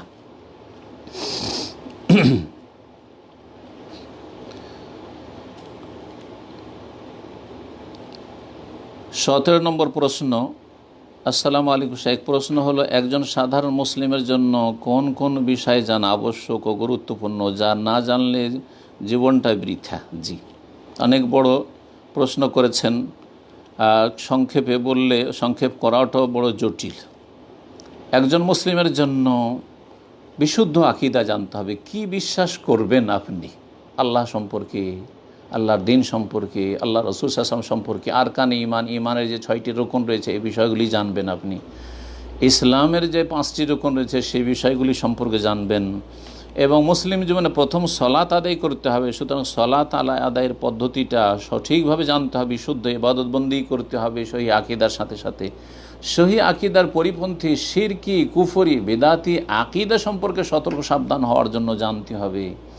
আপনাকে কোরআন এবং হাদিসের আলোকে জানতে হবে, অন্ধভাবে জানলে হবে না। আর তার সাথে আপনার জন্য হালাল হারাম যেই কাজগুলির সাথে আপনি যে কাজগুলির সম্মুখীন হচ্ছেন, মানে যে কাজগুলি করছেন অথবা করছেন না আপনার দৈনন্দিন জীবনে, এগুলোতে কোনটা হালাল কোনটা হারাম। একটা ব্যবসা করছেন, তাহলে জানতে হবে যে এটা হালাল না হারাম। জি, তা একটা চাকরি করছেন, যে চাকরি হালাল না হারাম। একটি জিনিস খাচ্ছেন, এটা হালাল না হারাম। তো এই বিষয়গুলি জানতে হবে। এক কথায় আকীদা, সহি আকীদা জানতে হবে, তার পরিপন্থী বিষয় জানতে হবে। ইবনে বাজ রহমতুল্লাহ আলাইহির একটি কিতাব রয়েছে আল আকীদা সহিহ ওয়া মা ইউদাদ্দুহা, সহি আকীদা তার পরিপন্থী বিষয়। সংক্ষেপে সেই বইটি পড়লে আশা করি অনেকটা উপকৃত হবেন।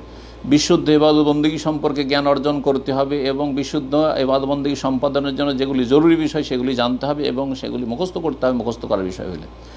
এবং আখলাক মুআমালাত সম্পর্কে হালাল হারাম জানতে হবে। আল্লাহ যেন তৌফিক দান করেন। 18 নম্বর প্রশ্ন।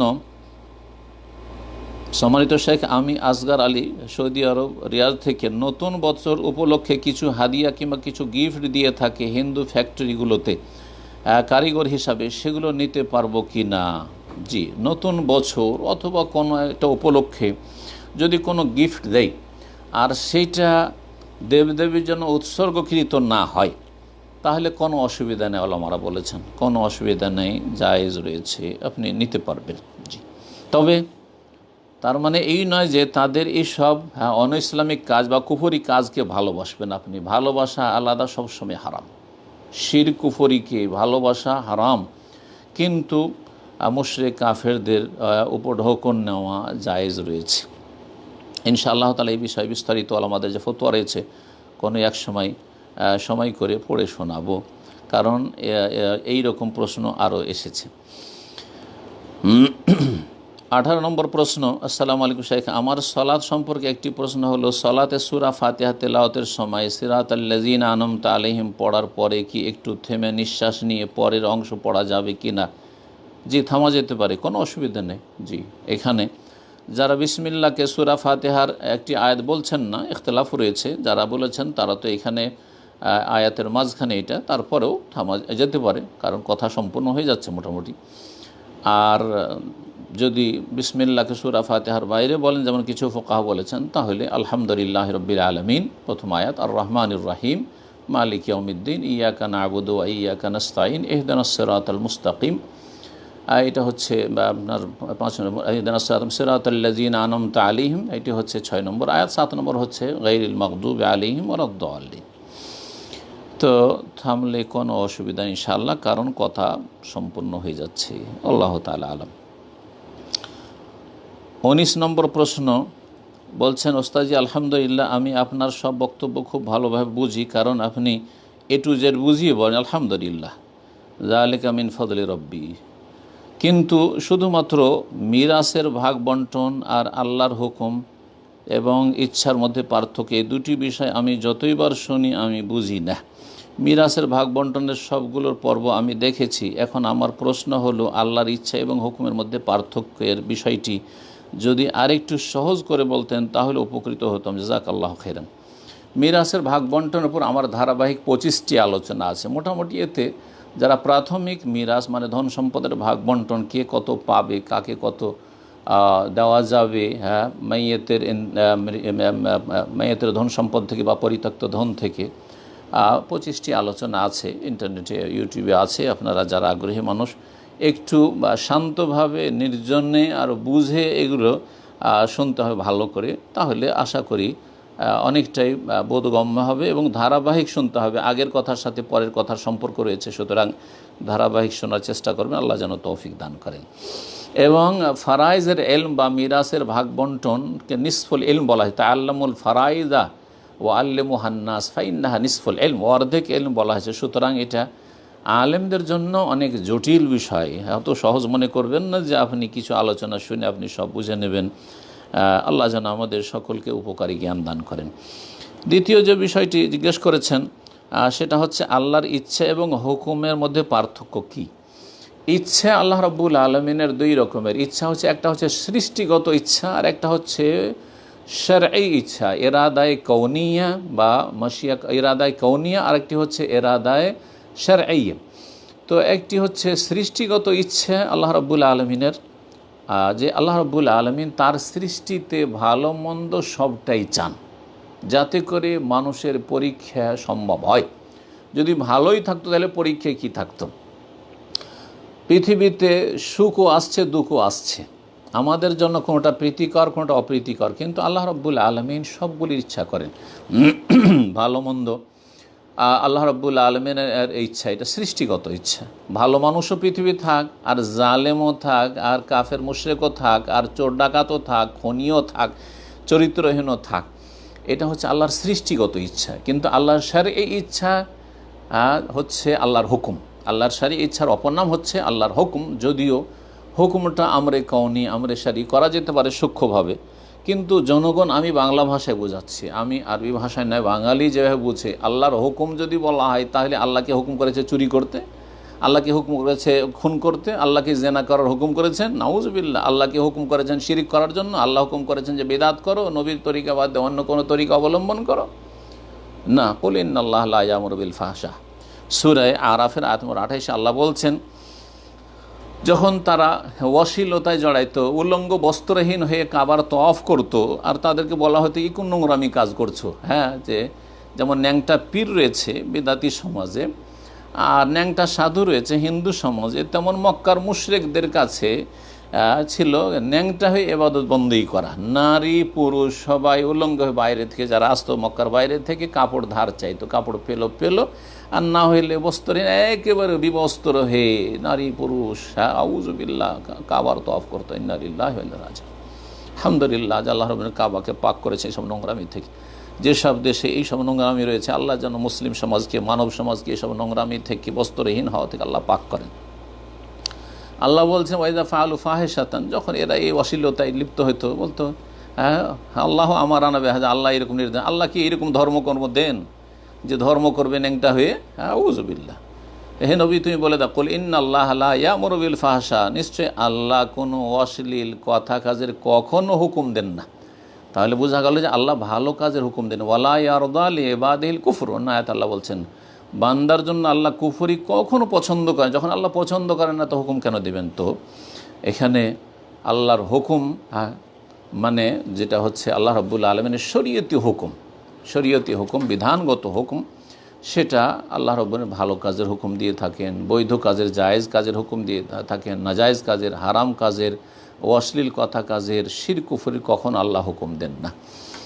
বাকি কথা হইল ওলামায়ে কেরামদের ভাষায় আমরে কওনি আমরে শরঈ রয়েছে, এই মর্মে যদি আপনি এই অর্থ নেন, যেটা বাঙালিরা বুঝে না, বাঙালির জন্য বোধগম্য নয়, যে আল্লাহ রাব্বুলের সৃষ্টিগত হুকুম, সৃষ্টিগত হুকুম হচ্ছে যে সৃষ্টিতে ভালো মন্দ সবই হচ্ছে, আর শরীয়তগত হুকুম হচ্ছে যেটা আল্লাহর কোরআন হাদিসে নির্দেশ রয়েছে। আল্লাহর হুকুম রয়েছে যে আকিমুসসালাহ, সালাত কায়েম করো,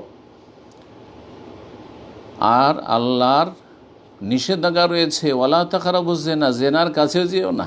জি, সুতরাং এখানে আল্লাহর বিনা হুকুমে গাছের পাতা নড়ে না এইরকমটা বলবেন না, কারণ বাঙালি জাতি হুকুম মানে হুকুম বুঝে, তো আল্লাহকে হুকুম করেছেন বিনা হুকুমে গাছের পাতা নড়ে না। সুতরাং আমি যে মিথ্যা কথা বলছি এটা আল্লাহর হুকুমে। জি, কেউ সুদখোর সুদ খাচ্ছে আল্লাহর হুকুমে, জেনাকারী জেনা করছে আল্লাহর হুকুমে না, এইরকমটা নাই। তবে আল্লাহ রাব্বুল আলামিনের সৃষ্টিগত, যদি কেউ বলে আমরে কওনি, অথবা সৃষ্টিগত যেটাকে বলা হয় সৃষ্টিগত ইচ্ছা, তো সৃষ্টিগত ইচ্ছা আল্লাহ রাব্বুল রয়েছে যে ভালো মন্দ সব কিছু পৃথিবীতে থাক। যাই হোক, এই বিষয়ে আর কথা লম্বা করতে চাইছি না, অনেক প্রশ্ন বাকি থেকে গেছে। 21 নম্বর প্রশ্ন, মসজিদের আদব রক্ষার পর মসজিদে বসে না থেকে কোন আমল করলে বেশি সওয়াব পাওয়া যায়, নামাজ নাকি আল্লাহর জিকির? জাযাকাল্লাহু খাইরান। ফরজ যদি কোনো ইবাদত না থাকে, নফলের ক্ষেত্রে আপনার জন্য যেটা বেশি উপকারী সেটা করবেন, আপনার যেটাতে বেশি খুশু হয়, যেটাতে আপনি বেশি ইখলাস নিয়ে আসতে পারেন, যে বেশি নিষ্ঠা নিয়ে আসতে পারেন, যেটাতে বেশি মনোযোগী হইতে পারেন, সেই ইবাদতবন্দি করবেন। যদি দেখেন যে আমি সালাত আদায় করলে বেশি মনোযোগী হচ্ছে, তো সালাত আদায় করবেন। আমি জিকির আজকার করলে বেশি এতে আমি মনোযোগী হইতে পারছি, তো জিকির আজকার করবেন। আর সবচেয়ে ভালো হচ্ছে দুটোই করবে, দুটো সমন্বয় করবেন। কখন আপনি নফল সালাত আদায় করবেন মসজিদে যখন অবস্থান করছেন, যদি নফল সালাত নিষেধ না থাকে, আর কখনো কখনো আপনি জিকির আজকার করবেন, যখন যেটাতে বেশি মন লাগবে সেটা করবেন। কোনো সময় কোরআনের তেলাওয়াত, সেটা হচ্ছে উত্তম জিকির, আর কোনো সময় জিকির আজকার, নফল জিকির আজকার, আর কখনো আপনি নফল সালাত আদায় করেন, যেটা আপনার কখনো নবী সাল্লাল্লাহু আলাইহি ওয়াসাল্লামের সালাত ও সালাম পেশ করেন। আল্লাহ যেন ভালো কাজের তৌফিক দান করেন। 22 নম্বর প্রশ্ন, আমার প্রশ্ন হলো, বাংলাদেশে যেসব ইসলামী ব্যাংক আছে, যেমন আল আরাফা ইসলামী ব্যাংক, বাংলাদেশে ইসলামী ব্যাংক ইত্যাদি, এগুলো তো কি চাকরি করা জায়েজ? যখন তারা ইসলামী ব্যাংক বলছে তখন তাদেরকে বিশ্বাস করে আপনি সেখানে চাকরি করুন। আর আপনি চাকরি করলে, কাছাকাছি থাকলে আপনি আমার চাইতে বেশি জানছেন, সুতরাং আপনি সেখানে দেখবেন যে আমার এখানে রুজি হালাল, বা আমি যে কাজগুলি করছি সেগুলি হালাল বৈধ কাজ করছি, তাহলে আলহামদুলিল্লাহ। আর যদি দেখেন যে সেখানে আপনাকে কোনো হারামের সাথে জড়িত হতে হচ্ছে, তাহলে সেটা বর্জন করবেন। আশা করি সেখানে চাকরি করা যেতে পারে। আল্লাহু তাআলা আলাম। 22 নম্বর প্রশ্ন, আমাদের গ্রামে মসজিদের পাশে কবর আছে, একটা কবর পাকা আছে, মসজিদ থেকে কবর 3 ফুট দূরে ডান সাইডে।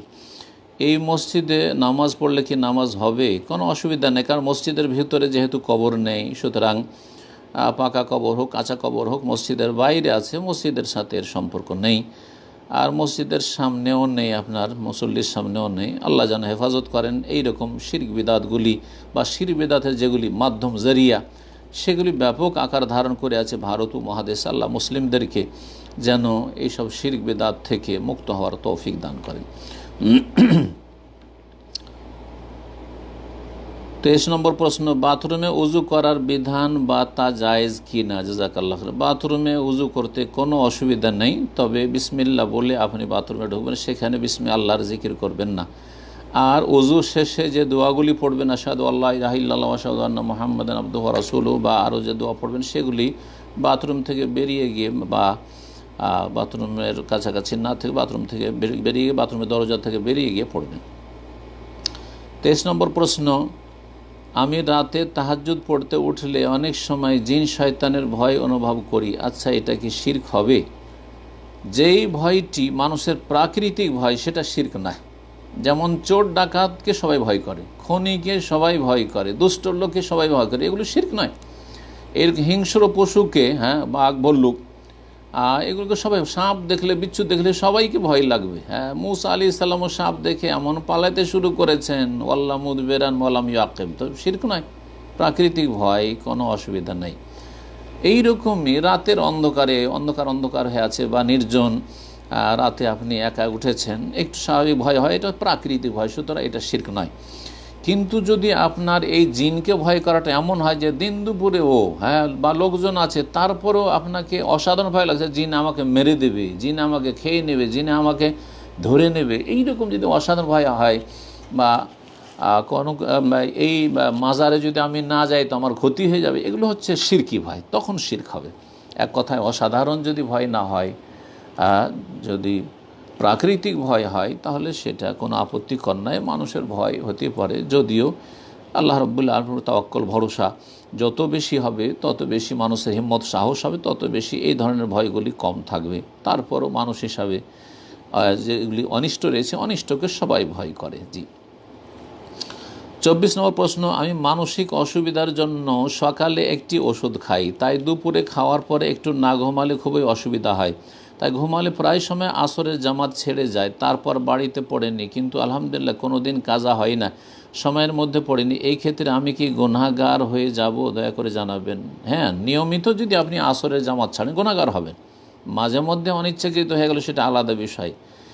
দুপুরে ভালো মানুষ যারা সলাতের হেফাজতকারী, আসর বা জামাত পড়ে তারাও ঘুমায়, অনেকেই ঘুমায়, কিন্তু তার মানে এই নয় যে তাদের জামাত ছুটে যায় আপনার মতো। আর আপনার চাইতে বেশি অসুস্থ অনেকে আছে, আপনার করণীয় হচ্ছে যে আপনি দুপুরে খেয়ে দিয়ে ঘুমাবেন, কিন্তু আপনি তাড়াতাড়ি ঘুমিয়ে যাবেন, তাড়াতাড়ি খেয়ে নেবেন, আর আসরের সলাতের আগেই যখন আজান হচ্ছে তখন আপনি অ্যালার্ম লাগিয়ে দেবেন, অথবা পরিবারকে বলবেন, যদি পরিবারে কেউ থাকে বা বন্ধুবান্ধব রুমমেট থাকে আপনাকে জাগিয়ে দেবে, আর আপনি সযত্নে এবং জামাত সহকারে সালাত আদায় করবেন। আপনার এটা অবহেলা যে আপনি ডেলি আসরের সালাত আপনি দেরি করে পড়ছেন আর একা পড়ছেন, ঘরে পড়ছেন, এগুলি অবহেলা সালাত সম্পর্কে, এটা মুনাফিকের লক্ষণ, আল্লাহ যেন হেফাজত করেন।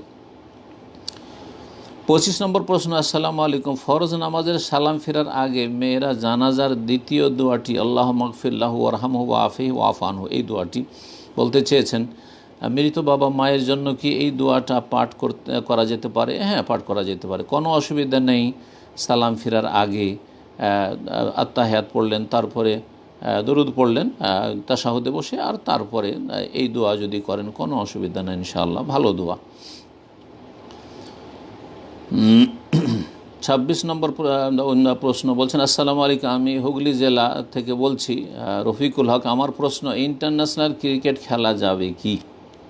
ক্রিকেট খেলা আর এই ধরনের যতগুলি খেলা আছে সেটা ইন্টারন্যাশনাল হোক আর জাতীয় হোক, আপনার আন্তর্জাতিক হোক আর জাতীয় হোক, দেশীয় হোক, এই খেলাগুলি দিয়ে উম্মতে মুসলিমার লাভটাই কি হয়েছে? বরং এই খেলাগুলির ওপর ওই আয়াত পুরোপুরি ফিট হচ্ছে যে আয়াতে আল্লাহ রাব্বুল সূরা মায়েদায় জুয়ার ক্ষতির দিক এবং মদের ক্ষতির দিক সম্পর্কে বলতে গিয়ে বলেছেন, ইন্নামা ইউরিদুশ শাইতান আন ইউকিয়া বাইনাকুমুল আদাওয়াতা ওয়াল বাগদা ফিল খামরি ওয়াল মাইসিরি ওয়া ইয়াসুদ্দাকুম আন যিকরিল্লাহি ওয়া আনিস সালাতি ফাহাল আনতুম মুনতাহুন। শয়তান চায় কি চায়? শয়তান আন ইউকিয়া বাইনাকুমুল আদাওয়াতা ওয়াল বাগদা, তোমাদের মাঝে শত্রুতা সৃষ্টি করবে, বিদ্বেষ সৃষ্টি করবে, এটা চাই একটা। ওয়াসুদ্দাকুম আন যিকরিল্লাহ, আল্লাহর জিকির থেকে তোমাদেরকে দূরে রাখবে, আল্লাহর জিকিরে বাধাগ্রস্ত করবে। ওয়ানিস সলাতের, বিশেষভাবে সলাতেও বাধা দিবে, সলাতের টাইম চলে যাচ্ছে, খেলাধুলা ক্রিকেট চলতে আছে, ক্রিকেট খেলা দেখতে আছে, ম্যাচ দেখতে আছে, ক্রিকেট খেলতেই আছে। আর ফাহাল আনতুম মুনতাহুন, তারপর আল্লাহ বলছেন তাহলে কি এই কাজগুলি ছাড়বে না? সুতরাং এই যত রকমের খেলা আছে এই খেলাগুলি দিয়ে মুসলিম জাতির কোনো ফায়দা হয়নি, বরং এই খেলাগুলিকে পেশা হিসাবে নেওয়া, এই খেলা এবং খেলোয়াড়ের ফ্যান হয়ে যাওয়া, এগুলি হারাম নাজায়েজ কাজ। ভালো করে শুনে রাখেন। আজকে এক শ্রেণীর বেকুফ মূর্খ মুসলিমরা খেলোয়াড়দের ফ্যান হয়, আর খেলোয়াড় কোনো অপরাধ করলে আবেগী হয়ে তাকে খুন করার জন্য প্রস্তুত হয়ে যায়। নিজের হাতে আইন কানুন নেওয়া শুরু করে ব্যক্তি জীবনে কে কী অপরাধ করলো তার জন্য। আর সেই অপরাধ সম্পর্কে সে যদি অপরাধী হয়, সেই দায়িত্ব হচ্ছে সরকারের। আপনাকে কে এত ফ্যান হতে বলল, আর কে আপনাকে এত চরমপন্থী হতে বলল? আল্লাহ রাব্বুল আলামিন মুসলিম জাতির এইসব গুমরাহি যেন দূর করে দেন, মুসলিম জাতির এসব জাহালাত অজ্ঞতা যেন দূর করে দেন, মুসলিম জাতিকে দিন শিখে দিন অনুযায়ী চলার যেন তৌফিক দান করেন। আর এসব খেল তামাশা এক শ্রেণীর মূর্খ লোকেরা রয়েছে, যদি দেশ জিতে বা যেই পক্ষ নিয়ে সে খেলা দেখছে সেই পক্ষ যদি জিতে, তাহলে মনে হচ্ছে ও বদর আর ওহদ জিতে গেছে, মক্কা বিজয় করে ফেলেছে, আউযুবিল্লাহি মিনাশ শাইতানির রাজিম। আর যদি তার প্রতিপক্ষ বিপক্ষ জিতে যায়, আর তার পক্ষ যার পক্ষ নিয়েছিল সেই পক্ষ যদি হেরে যায়, তাহলে আত্মহত্যা করে ফেলে, টিভি ভেঙে ফেলে। সেটা যদি কোনো কাফের করতো তাহলে দুঃখ লাগতো না, কারণ তাদের ইসলাম সম্পর্কে, আল্লাহ সম্পর্কে, আল্লাহর দিন সম্পর্কে কোনো জ্ঞান নেই এবং তাদের কোনো পরোয়াও নাই। কিন্তু একজন মুসলিম এইরকম এত মূর্খ হবে, তার ইসলাম সম্পর্কে তার কোনো চেতনা নেই। আউযুবিল্লাহ, নাউযুবিল্লাহ। আল্লাহ রাব্বুল আলামিন এই সমস্ত খেলা থেকে এবং এই সমস্ত খেলার এবং খেলোয়াড়দের ফ্যান হওয়া থেকে এবং এই সমস্ত খেলা দেখা থেকে এবং খেলা থেকে, এই সমস্ত অসার কথা কাজ থেকে আল্লাহ রাব্বুল আলামিন যেন বেঁচে থাকার মুসলিম জাতিকে তৌফিক দান করেন।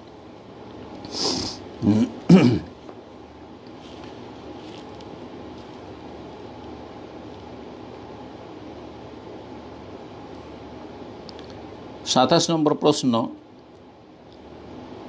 বলছেন, আমার প্রশ্ন হোটেল ম্যানেজমেন্ট সাবজেক্ট পড়া যাবে কি? কোনো অসুবিধা নেই, হোটেল ম্যানেজমেন্ট সাবজেক্ট পড়ছেন সাবজেক্ট হিসাবে, সেই সাবজেক্ট পড়তে কোনো দোষ নেই। কিন্তু হোটেলে আপনি ম্যানেজমেন্ট করতে গিয়ে সেখানে যদি সরাসরি হারাম কাজের সাথে আপনি ইনভলভ হবেন, তখন আপনার হারাম। এক কথায় লেখাপড়া, যেই লেখাপড়াতে বাহ্যিক কোনো দোষের বিষয় নেই, সেই লেখাপড়ায় কোনো অসুবিধা নেই। কিন্তু তাতে যদি কোনো হারাম কিছু শিক্ষা থাকে, নাস্তিকতার শিক্ষা থাকে, সেহের জাদুর শিক্ষা থাকে, কুফরির শিক্ষা থাকে, পাপের শিক্ষা থাকে, অশ্লীলতার শিক্ষা থাকে, তাহলে হারাম। তো আশা করি বিষয়টি বুঝতে পেরেছেন। প্রশ্ন আমাদের উত্তর অনেকগুলি দেওয়া হয়ে গেছে, আমি হয়তো নাম্বার বলতে গিয়ে আগে পরেও করেছি। যাই হোক, 27 নম্বর প্রশ্ন বা 28 নম্বর প্রশ্ন বলছেন, সম্মানিত শেখ, ইশরাক, চাস্তু, আউয়াবিন এই তিনটি একই সলাত শুনলাম। জি, একই সলাতের বিভিন্ন নাম, যেমন তাহাজ্জুদের বিভিন্ন নাম রয়েছে, কিয়ামুল লাইল, কিয়ামে রমজান, সলাতুল লাইল, এইসব নাম একই সলাতের, রাতের সলাতের। কেউ যদি ফজরের পর ইশরাকের সলাত আদায় করে, তাহলে কি সেই দিন চাস্তের বা আউয়াবিন সলাত পড়া যাবে? একই সলাত, সুতরাং আবার তো আপনি তো আলাদাই করে নাম রাখছেন। তবে এই সলাতটি সূর্য ওঠার 15-20 মিনিট পরে পড়লে, সূর্য ওঠাকে ইশরাক যেহেতু বলা হয়, সেজন্য এর নামটা ইশরাক। কিন্তু এই সলাত চাস্ত ফার্সি শব্দ, দোহা, 9টা-10টার সময় পড়লেন, সেই জন্য সেইটির নাম হচ্ছে দোহা। 8টা, 9টা, 10টার সময় পড়লেন, এটা হচ্ছে পূর্বাহ্ন। আর দোহা মানে হচ্ছে পূর্বাহ্ন, অদোহা। আর আউয়াবিন, আল্লাহ অভিমুখীদের সলাত, আউয়াব, জি, আউয়াবের বহু বচন আউয়াবিন, আল্লাহ অভিমুখী যারা, তাদের সলাত এটি নফল সলাত। সুতরাং আউয়াবিনের সলাত এটি। আপনি এটা একবারে পড়তে পারেন, সর্বনিম্ন 2, তারপরে 4, 6, 8, 10, 12 পর্যন্ত। আবার সেটাকে ভেঙে ভেঙে পড়তে পারেন। সূর্য ওঠা 15-20 মিনিট পরে আপনি 2 রাকাত পড়লেন, আবার 1 ঘন্টা 2 ঘন্টা পরে 2 রাকাত 4 রাকাত পড়লেন, আবার 2 রাকাত 4 রাকাত পড়লেন। আপনার সূর্য মাথার উপর আসার আধা ঘন্টা আগে আপনি আবার 2-4 রাকাত পড়লেন, টোটাল 12 রাকাত পড়লেন, তাও জায়েজ রয়েছে, কোনো অসুবিধা নেই। ইনশাআল্লাহ, আল আমরু ফি যালিকা ওয়াসি। 29 নম্বর প্রশ্ন, মানুষের কোনো বিপদ আসলে অন্য মানুষ বলে আল্লাহ যা করে ভালোর জন্য করে, যার বিপদ তিনি খুবই পেরেশান এমন কথা বলাকে ঠিক? জি, আল্লাহ যা করেন তা ভালোর জন্যই করেন। হ্যাঁ, কথাটি তো ঠিক, কিন্তু যার ওপর বিপদ এসেছে তার সামনে বলবেন সে ভুল বুঝবে এবং সে মনে করবে যে দুশ্মন হাসা, এই দুশ্মন আমার এই বালা মুসিবতে হাসছে, সুতরাং এটি আপনার কথা বলা উচিত না, এইভাবে কথা বলা। জি, আল্লাহ যা করেন তাতে মঙ্গল আছে, বিভিন্ন দিক থেকে মঙ্গল আছে। অনেক সময় বান্দার তাতে ক্ষতি, বান্দার অনেক ক্ষতি হলো, কিন্তু তাতে বহু হেকমত রয়েছে, রহস্য রয়েছে, তত্ত্ব রয়েছে, যা আল্লাহ আলম আন্তম লা তাআলাম। সেই বান্দার হয়তো কল্যাণ মানে সংশোধন, হয়তো বড় ধরনের ক্ষতি হলো, কিন্তু সেই ব্যক্তি অনেক পাপে ডুবেছিল, সেই পাপ থেকে সংশোধনে আসলো, তাহলে অবশ্যই তাতে তার কল্যাণ রয়েছে। কিন্তু সেই বিপদের সময় বড় ধরনের অ্যাক্সিডেন্ট হয়েছে, হাত পা ভেঙে গেছে, সে মুমূর্ষ অবস্থায় যাবে, আল্লাহ যা করে ভালো করে, তাহলে তার পরিবার পরিজন কত কষ্ট পাবে বা সেই ব্যক্তি কত কষ্ট পাবে। আল্লাহ যেন বুঝার এবং ভালো কথা বলার তৌফিক দান করেন, আপনার কথা কাজে যেন কেউ কষ্ট না পায়। কিন্তু আল্লাহ রাব্বুল কাজে হেকমত রয়েছে, আমাদের জন্য আমাদেরকে দিকে লক্ষ্য করে যেটা অকল্যাণ সেটা তো আল্লাহ কল্যাণ রেখেছেন, কিন্তু আল্লাহ বেশি ভালো জানে কোন দিক থেকে কল্যাণ রয়েছে।